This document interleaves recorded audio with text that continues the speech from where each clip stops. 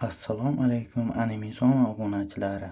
Bugun biz siz bilan Jodugarlar jangi animesining eng kuchli ikki personaji Gojo Satoru va Ryomen Sukuna. Ulardan qaysi biri kuchli degan savolga javob olamiz. Like bosing, obuna bo'ling, qo'ng'iroqchani bosib qo'ying. Qani unda biz boshladik. Bizlar ularni mangasi bo'yicha solishtiramiz. Chunki animedagi Sukuna Gojo Satoruga hali raqib emas. Ularning eng kuchli versiyalarini, ya'ni jangdagi versiyalarini olamiz. Bizlar ularni 7 ta mezon bo'yicha solishtiramiz. Bular jismoniy kuch, tezlik, hujum kuchi, energiya, himoya, jangovar aql va qobiliyatlar. So'ngra oxirida tasavvuriy qisqa jang bo'ladi.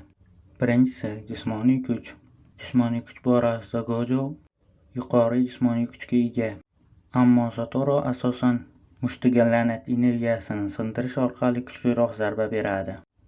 Sukunaga kelsak, sog' jismoniy kuch jihatdan Sukuna Gojoga nisbatan kuchliroq. Bu borada Sukunaga 1 ochkoni beramiz. Chunki Sukuna la'nat energiyasini mushtiga qo'ymasi ham yetarlicha kuchli. Keyingisi tezlik.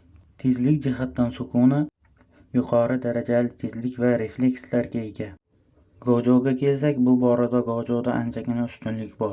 Chunki mangasida Megumini tanasini egallab olgan 10 ta Shadow'dan ikkitasini chaqirib Gojoga qarshi jang qiladi, ammo jangda tezlik jihatdan uchalasiga yetib oladi. Bu borada Gojoga 1 ochkoni beramiz. Chunki Gojo bir vaqtning o'zida Sukuna hamda yana ikkita soya bilan bir vaqtda jang qilgan. Bu borada Gojo ustunroq. Keyingisi hujum kuchi. Hujum kuchi borasida Sukuna dunyoni kechish mahorati bor. Bu bilan Gojo Satoruni ikkiga bo'lib tashlagan.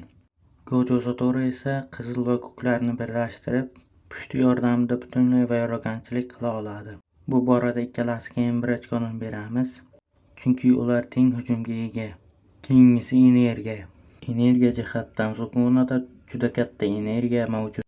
Unda deyarli cheksiz la'nat energiyasi mavjud.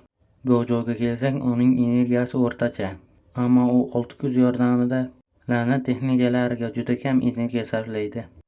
Bu borada Sukunaga 1 ochkoni beramiz, chunki uning energiyasi tugamaydi deyarli. Gojoga kelsak, bu energiya Gojoda tugab qolishi mumkin. Keyingisi himoya. Himoya jihatdan Sukuna qo'li yordamida juda ko'p la'nat texnikalarini to'xtatib qola olgan va unda ultra tezkor regeneratsiya bor. U bir lahzada istalgan joyini tiklay oladi. Gojoga kelsak, bunda o'zining maxsus texnikasi bor, cheksizlik. Unga yaqin kelgan har qanday narsa o'ta sekin harakat qiladi, deyarli to'xtab qoladi. Bu borada Gojoga 1 ochkoni beramiz.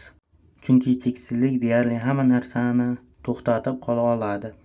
Keyingisi jangovar aql. Jangovar aql jihatdan Sukuna 1000 yillik tajribasi bor. Bu borada Gojoga kelsak, Gojoda ustunlik bor, chunki u Sukuna hamda ikkita Shadow bilan bir vaqtda jang qila olgan. Bu borada Gojo Satoruga 1 ochkoni beramiz. Chunki u 3 kishi bilan bir vaqtda jang qilgan va ularning ichida Sukuna ham bo'lgan. Keyingisi qobiliyatlar. Qobiliyatlar jihatidan Sukunada ustunlik ko'proq, chunki unda Megumini ham qobiliyatlari qo'shilgan. Gojo Satoruda esa 6 ko'z, cheksizlik va boshqa ko'plab mahoratlarga ega. Bu borada Sukunaga 1 ochkoni beramiz. Chunki unda juda ko'p mahoratlar mavjud. Mana jangimiz tugadi. Jangimiz 4-4 hisobi bilan durang bo'ldi. Endi qisqacha tasavvuriy jang qilamiz. Bu borada deyarli ular teng. Mangasidagi jangda Gojo Megumini o'ldirgisi kelmaydi va shu bois Sukuna bilan to'liq kuchda jang qila olmaydi. Agar Gojo Megumi bilan qo'shilmagan Sukuna bilan jang qilganda 60% yutish ehtimoli bo'lar edi.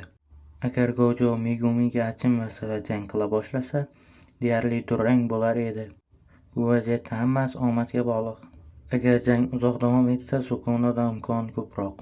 Ammo unga bormay Gojo Satoru ko'proq zarar yetkazsa Sukunaga, bu borada Gojo Satoruda imkon ko'proq bo'ladi.